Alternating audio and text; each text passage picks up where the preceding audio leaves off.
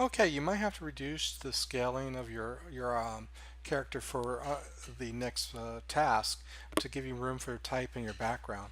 And this is where you want to spend some time looking for special effects. You've learned some different techniques with type with the textbook task. Now you got to go out and experiment.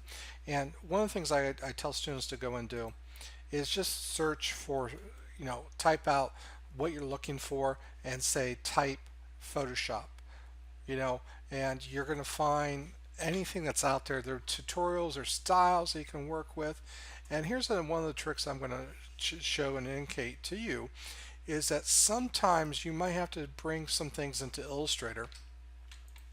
And when, for example, I might click up here and type in Fantasia Furniture Fairy. And the reason why people use Illustrator to go in and work with text is because they can get more control on manipulating the type than they do in Photoshop. So a lot of times what I'll do is I'll go in, I'm not saying you need to do this, I'm just giving you a hint, is that I'll go up to type, I'll create my outlines, and each of these characters become individual shapes. So what I'm going to do is I'm going to take my white arrow, the direct selection tool in Illustrator. I'm going to click in the middle of the shape to get it selected. I'm just going to move the F up. I'm going to click in. You got to make sure you click in the middle and not in the not on the border. So when you click in the middle is when everything goes blue.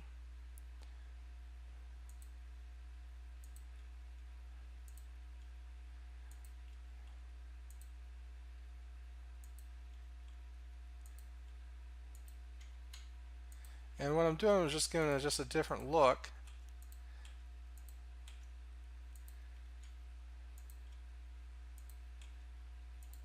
Now the other thing you could do here too, because you create these in outlines, I can actually go in and let's say I want to focus in on that letter F. I can take, and I'm going to take the direct selection tool, I'm going to click on the border now, and I'm going to click on these two anchor points and I'm going to move them up. I can control how that shape looks. So I can make my own little object. Now what will happen is when you go in, you manipulate your text the way you want, you select it, you just copy it. When you bring it over in Photoshop, you paste it in. I usually paste it as pixels. You can do a smart object, but again, pixels is probably okay. Now, when we do pixels, you lose the type. If you do as a smart object, you can go back in Illustrator. So let's just do a smart object here, and then what I'm going to move it up here, and I can resize it to where I want. Now, then I can go in.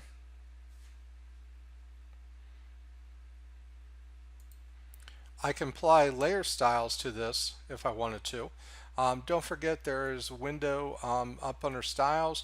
You can do other styles up here. I've gone in and replaced. There's a lot of different styles you can actually use. So let me replace some. Some of these you can actually download from online, for that purpose. But again, what it's doing is applying the styles to it. Now, if you need to go back and make a change to it, see it says a vector smart object. Double click on that thumbnail and it's going to open it back up in Illustrator, and whatever you change here and you make a save, and then it's automatically going to update in Photoshop for you.